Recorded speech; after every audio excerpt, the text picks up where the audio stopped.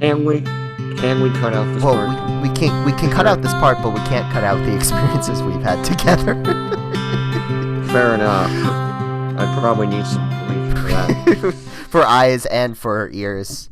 And for mouth and nose. I will wander this world blind, deaf, and dumb, all because of you. Like some bull. How does that make you feel? Like some bull. Isn't that from Boulevard of Broken Dreams? No, it's from Troy. Is that a comedy? No? Maybe? Hi there. You're listening to Pop Partisan. It's a good transition. And starting over. Hi there. You're listening to Pop Partisan, the podcast that brings real-world issues and conjecture into pop culture world for non-court-ordered reason. We examine things like, does Fairly Odd Parents teach us more about American exceptionalism better than any textbook could? Maybe we should have looked over this. We should have looked these over. This doesn't make any sense. Oh, Jesus Christ. Crashing and burning so soon. Clearly, it's not a good example of what we'll do for an episode. Hi there. You're listening to Pop Partisan, the podcast that brings real-world issues and conjecture into pop culture world for a non-court-ordered reason. We examine things like, does the Fairly Odd Parents teach us more about American exceptionalism than any other textbook could? Do the Traps and Saw movies make a case for Medicare for all? How do humans emigrate to alien planets and Men in Black? The answer is they do it coolly. Do they? Yeah, because obviously they have the coolest actor ever, Tommy Lee Jones. I do like Tommy Lee Jones. Basically, we're taking all of your favorite pop culture indulgences and trouncing them with a healthy dose of real-world anxiety. So buckle up. That's not your line. Can I make it my line? You do it, so double standard. That's not your line. Cancelled. You're canceled. Fine. Sam, Anthony? Speaking of aliens, I want to talk about a cool, terrifying series about a young Sigourney Weaver who evades an acid-spitting killer alien human hybrid. Well, I'm aroused.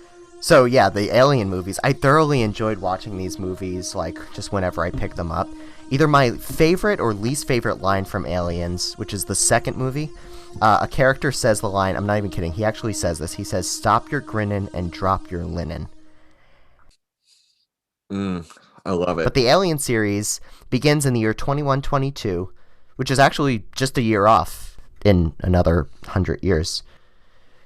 But it'll feel like 10,000 years at It'll this feel rate. like 10,000 years at this rate. Where a spaceship crew of the Nostromo comes upon a mysterious but dangerous creature that not only bursts out of a man's chest, but also goes on a killing rampage of other members of the spaceship crew. Was that the alien? No, it was just a guy who was pissed about his salary. No, it was the alien. Of course it was the alien. I empathize with the pissed off salary person. The crew's misadventures continue to spiral toward chaos until finally Ripley, the protagonist, and Jonesy, her kitty cat, escape the pursuit of the creature/alien. As they safely drift away from the bedlam of the Nostromo, we're met with a truly calm moment where Ripley and Jonesy can breathe easy. Just kidding, the alien's on board their escape pod. Ripley acts quickly in order to jettison the alien into the void of space. Jonesy, on the other hand, did jack shit because he's a cat. He was there for moral support. As all cats are. The series went on to produce several sequels, including Aliens, Alien 3, and Alien Resurrection, as well as prequels like Prometheus and Alien Covenant, which came out relatively recently in the last 5 or 6 years. And the movies grossed about $1.3 billion with a B dollars in box office sales worldwide. Safe to say, Anthony, that people like Alien or Aliens or Alien Resurrection. Can we talk about the originality of these titles? I feel like they just gave up. They said Alien, oh great, and then Aliens came along. I just want to be on a fly on the wall in that production meeting when they were like, all right, we're making a sequel to Alien. What do we call it? And the guy just wrote an S on the original poster, and it's like, wow, give that man a raise. And that man went on to be James Cameron. Was it? I think. Can you prove this? He directed the second one. I can't wait for James Cameron's Avatar 2, 3, and Yeah, 4 and they'll 5. come out hopefully during our grandchildren's lifetimes. I'm going to take him to him. Well, unlike this science fiction horror franchise, Sam, that everybody seems to like, you know what people really don't like? Play. The infectious way that the xenomorphs and neomorphs come to exist reminds me all too well of the current health crisis that we're still struggling through. Have you been outside lately? Do you miss bars? I miss bars, and I haven't been outside since June. Oh, well, that's depressing. I've been Have you outside. though? With that beard, it doesn't really seem like you go outdoors often, or you go That's out a true. lot. Who's to say? Well, Sam, just a quick refresher. Do you know what the difference is between an epidemic and a pandemic? It's how it's prepared, right? So an epidemic is pan seared, and then a pandemic is pan fried. Sure, we'll go with that. It has nothing to do with cooking techniques. An epidemic is an outbreak of a disease that's restricted to one country, region, or continent. They couldn't really decide, so they They sort sort of just of, gave it a general. yes. But a pandemic, a flambe, if you will, is a disease that's spread to multiple continents or worldwide. Yeah, now I really want some creme brulee. I know, right? I know what I'm ordering for takeout. This pandemic, Which wait, which one is that? the one that's going on right now. You mean American Idol? No, that was 5 years ago. But the one that's going on right now, if you walked out of your bunker, but it seems like you haven't been outside your bunker for six I months. have blankets on my windows. Anywhere else? Do you sleep on on just a box spring No, I and oddly enough I sleep on my blinds for my windows. I like to change it up in my apartment every now and then. yeah, Oh, sorry, not apartment, yeah, bunker. bunker, right? That you That I call an call an apartment. apartment. This pandemic is not the worst that we as humans, I speak collectively as the human experience, And always do, right? I always do. It's not the worst one that we've ever had.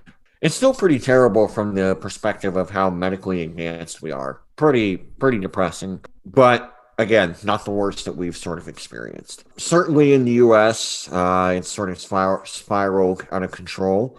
You go to Florida and it's just like, hey, welcome to Florida. We have sandy beaches and sandy pandemics and things of that Yeah, nature. and also just the general smorgasbord nightmare that is Florida on a normal day too, which Yep. makes it even more fun to live there. But anyway, in other countries like Germany, France, Italy, and Britain, the sort of put together countries, they have suffered similar outbreaks. Pacific countries, they seem to have their shit together and their epidemics, their pandemic under Yeah, control, pandemic which response. they seem to have it fucking together. And, here we are just rolling in the sand. Look, I could regale you about similar outbreaks in history, like the Black Death, which killed about 20 million people in the 1300s, or the plague of Justinian that persisted for 200 years. Can you imagine not going outside for 200 It years? feels like that right now, honestly. Well, maybe only like 150 years. You know, everything is an illusion.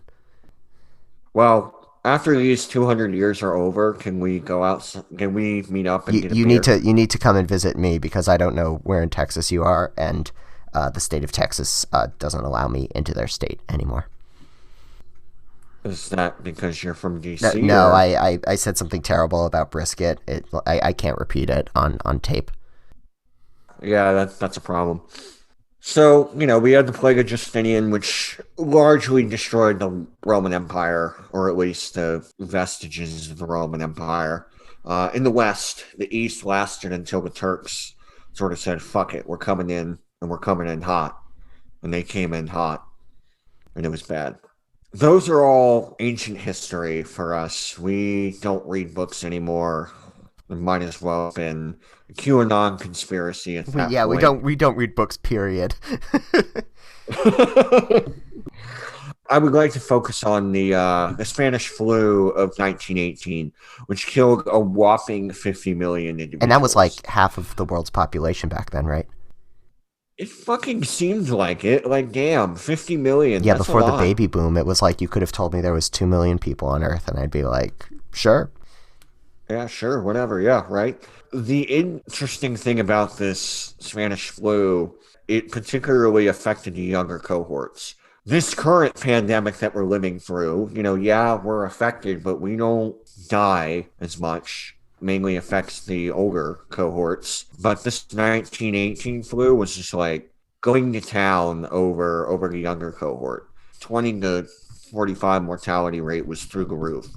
And the reason why, or one of the reasons why, was that you had the World War I going on, the The World World War War One, One. yeah, it's like the Ohio State University. You don't want to get it mixed up with normal Ohio State University.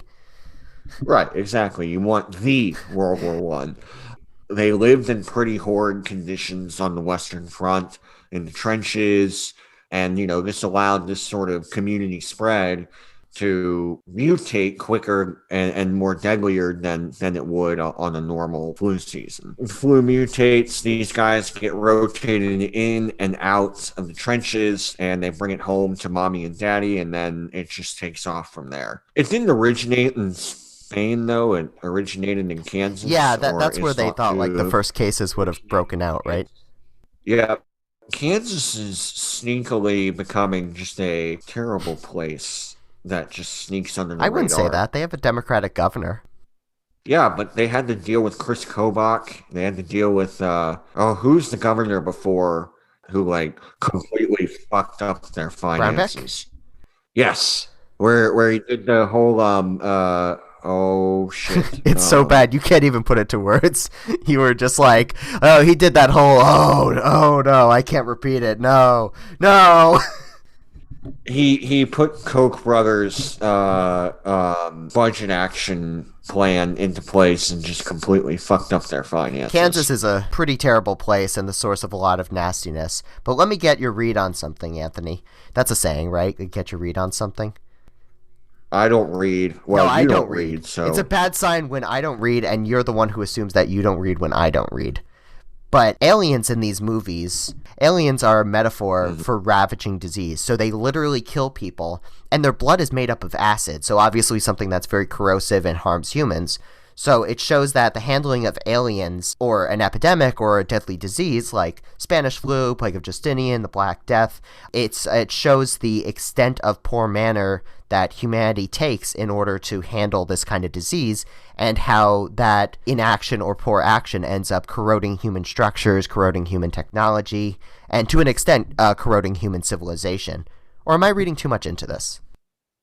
For someone that doesn't read, that was beautiful. I mean, you got everything in.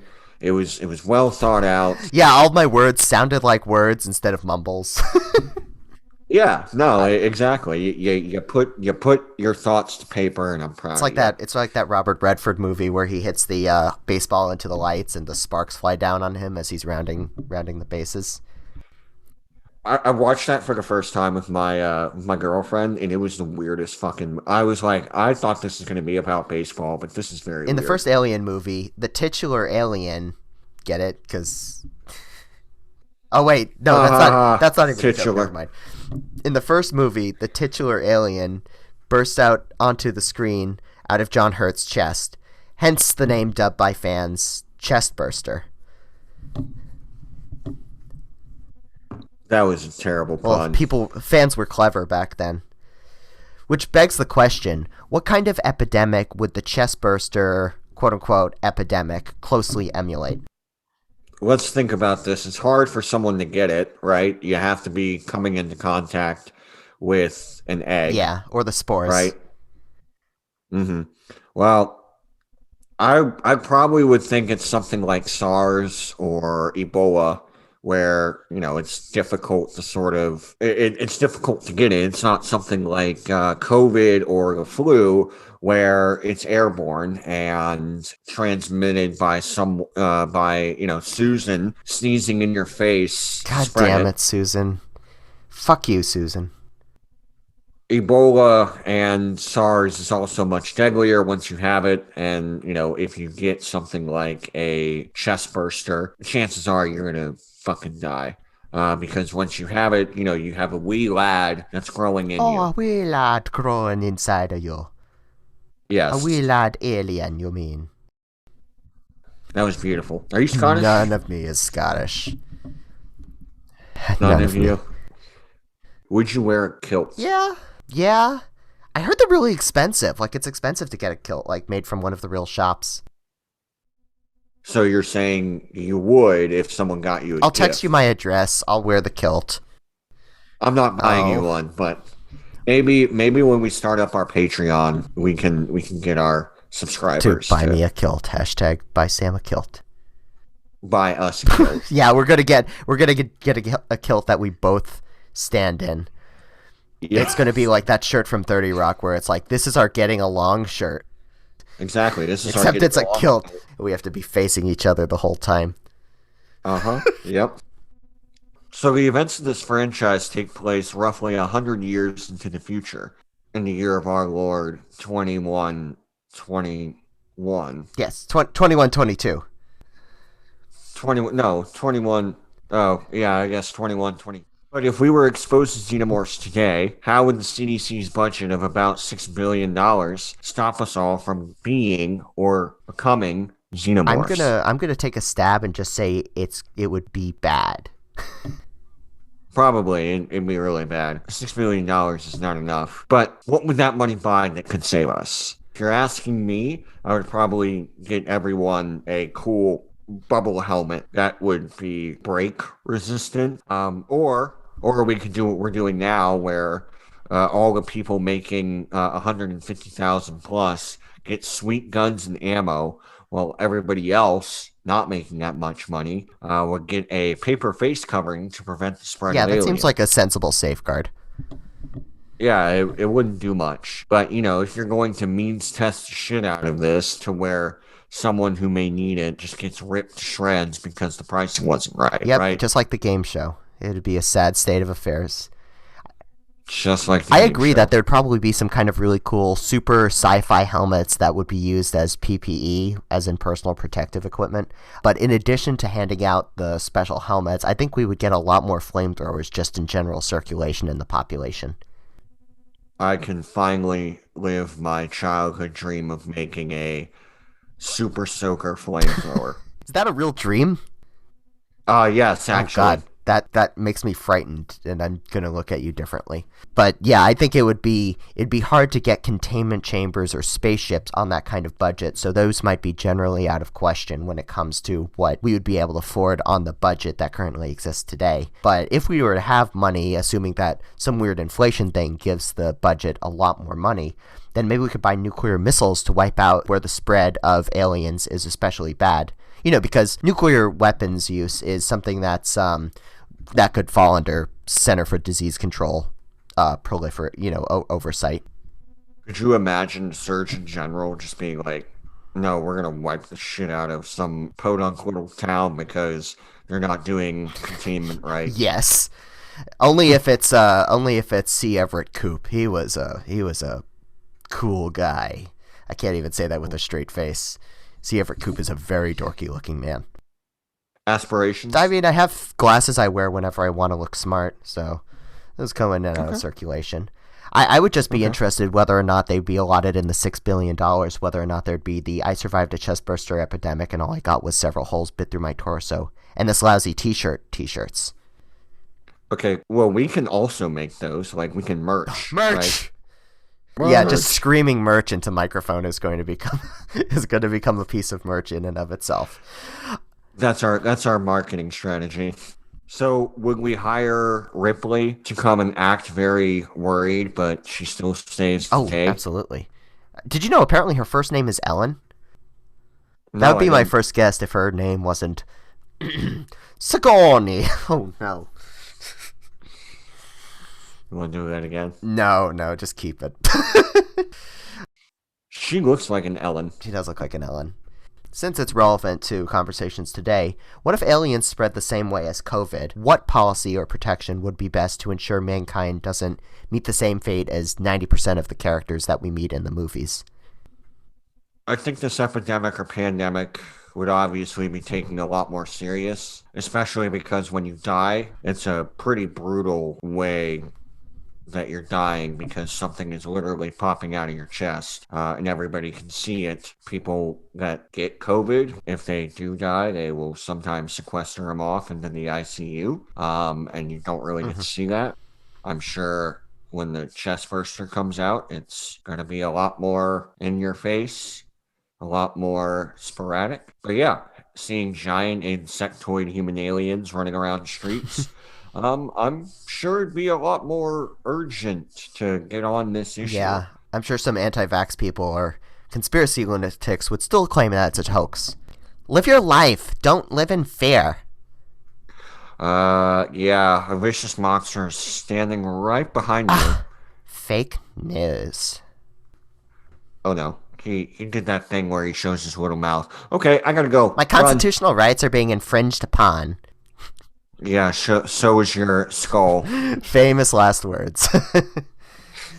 Yeah, I think in this instance, like, obviously there's not going to be a lot that humanity can do to subvert or to avoid aliens getting really involved and up in people's business. But I think at the very bare minimum, masks would for real be mandatory. And obviously we'd have a lot more flamethrowers used casually. Like in conversation? Hey, sorry, I burned your dog to a blackened crisp. I just really thought he was an alien coming to eat me. Oh, yeah, totally understandable. It happens. I'll just go to the shelter and get another one. It's my fourth one this week. Oh, thanks for being cool. Maybe if you're not eaten by aliens next week, we could grab a beer. Sure, I'd love All to. Right. Let's high five with our little mouths inside of our mouths. Yeah. I mean, I feel if we have to equivocate the Alien franchise to a pandemic, we're going to become extinct as a race, or we just become one big dystopian fascist society because the external threat that these aliens pose. It reminds me of the movie Priest, where humanity is sort of sequestered off into these fortress cities under the responsibility of a despotic church because of vampires. Vampire demons, you mean, right? Sure. Vampire demons are sort of the same to me. But my thinking regarding that is that, these precautions people will take from what we understand and have experienced about public health crises is we're probably going to be in worse shape with an alien epidemic or pandemic. Always the optimist, right? Always. Related to that, I'm wondering how would we get a vaccine developed? Because that's one of the things that we've been talking about for a really long time as being the way to avert COVID-19 and it's how we got it out of Spanish flu and a handful of other pretty nasty health crises in the past. So how would we go about getting a vaccine developed to prevent aliens from infecting or chest bursting people?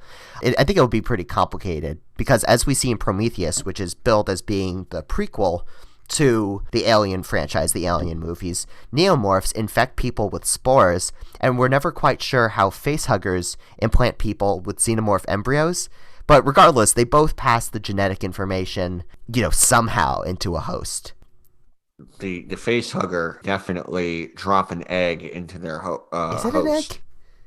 It is an egg. And it just mutates and gesticulates inside of you. I think the word you're looking for is hatches. Hatches, sure. Well, regardless of if it's a spore or an egg, which some would argue doesn't make a difference, like yours truly, some would argue it's the same thing. The replication of an inoculation that can fight off this kind of thing might be really hard to do because the DNA for these aliens is very contingent on what the host is. Xenomorphs that range from being humanoid like the original one to small ones and large ones. There's some that even resemble the Predator from when they did Alien vs. Predator, which for whatever reason isn't canonically counted as an Alien movie, Regardless, it's very contingent on what the host is, so developing antibodies might be especially difficult, and getting your hands on that spore or embryo or egg or from cracking open a facehugger could be really dangerous because, remember, acid blood.